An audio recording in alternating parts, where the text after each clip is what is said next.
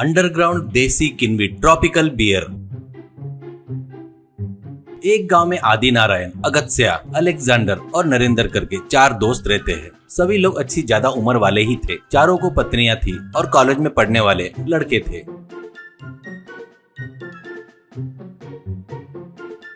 वो लोग जब भी मिलते थे तब वो कैसे कमा रहे हैं करके एक दूसरे को नहीं बताते थे। वो लोग नैतिक या अनैतिक तरह से कैसे भी कमा रहे हो वो लोग उनके घर में भी अब तक पता नहीं चलने दिए। इतने साल तक खींच कर लेके आए। एक दिन रविवार के बाजार में आदि नारायण अपने घर में बनाया हुआ शराब बेचते हुए और अगस्त्या वो लाया हुआ गांजा बेचते हुए, अलेक्जेंडर बाजार में आए लोगों की जेब काटते हुए और नरेंद्र नकली नोट बदलते हुए अनजाने में एक दूसरे को दिख जाते हैं और एक दूसरे का चेहरा देखते हुए हंसने लगते हैं।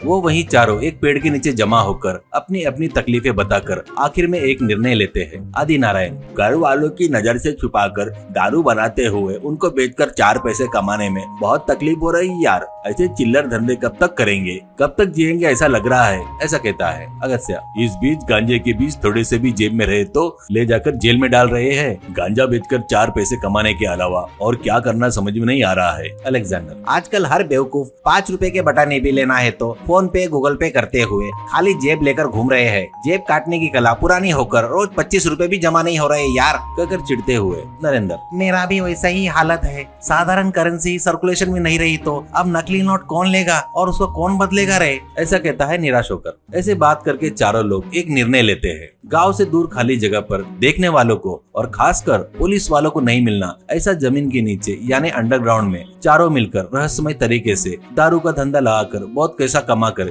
जिंदगी में फुल सेटल हो जाना करके आदि नारायण मैं लवंग इलायची डालकर बढ़िया देसी दारू बनाऊंगा। अगस्त्या उसमें गांजे का रस मिलाकर और ज्यादा किक आने लायक मैं करूंगा। एक बार पीने वाला और चाहिए करके बोलेगा, ऐसा कहता है अलेक्जेंडर। मैं चिकन मटन मच्छी जैसे आइटम बढ़िया बना सकता हूँ, ऐसा कहता है। तो नरेंद्र मैं बिरयानी बहुत जबरदस्त बनाता हूँ, ऐसा कहता है।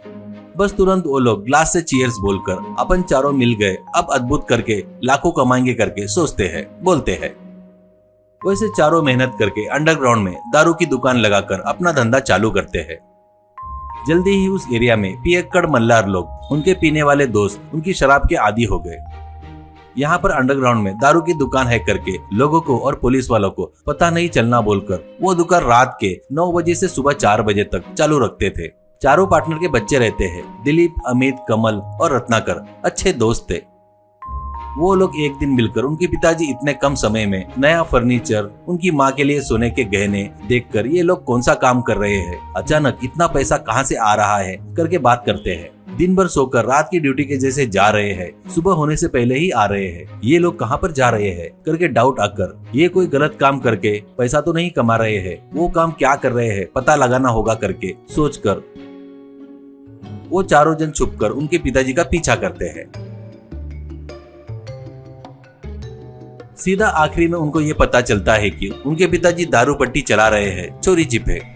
वैसे भी वो चारों लड़के बुद्धिमान समझदार थे। अब अपन क्या करना करके सोचने लगते हैं। दिलीप पुलिस वालों को बताएंगे ये लोग जो शराब बना रहे हैं ना, इससे कितने लोग बेचारे आर्थिक और सेहत से ऐसा उनका नुकसान हो रहा है। इस देसी दारू के धंधे को फुल स्टॉप लगाना अपना कर्तव्य है, ऐसा कहता है अमित। ऐसा क्यों बोल रहा है यार, पुलिस को बताएंगे तो अपने पिताजी को कम से कम 3-4 साल के लिए जेल में डाल देंगे, ऐसा कहता है कमल। अरे हाँ यार, ऐसा हुआ तो अपनी मम्मी लोग को बहुत दुख होगा, वैसे नहीं करेंगे यार। रत्नाकर वैसे किए तो अपन कॉलेज में सिर उठाकर भी नहीं घूम सकते, अपन और अपने परिवार की इज्जत चली जाएगी। असल में ये लोग जितने रहस्यमय तरीके से दारू की दुकान डाले ना, उतना ही सीक्रेट तरीके से वो धंधा बर करवाना होगा। इसके लिए क्या करना पड़ेगा बोले तो, ऐसा बोलकर सबको प्लान बताता है।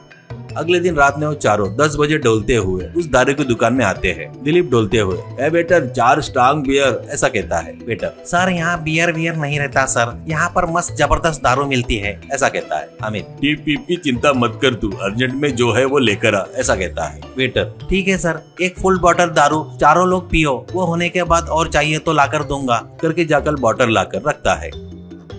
कमल और रत्नाकर चारों ग्लास में दारू डालकर चीयर्स करके जोर से चिल्लाते हैं।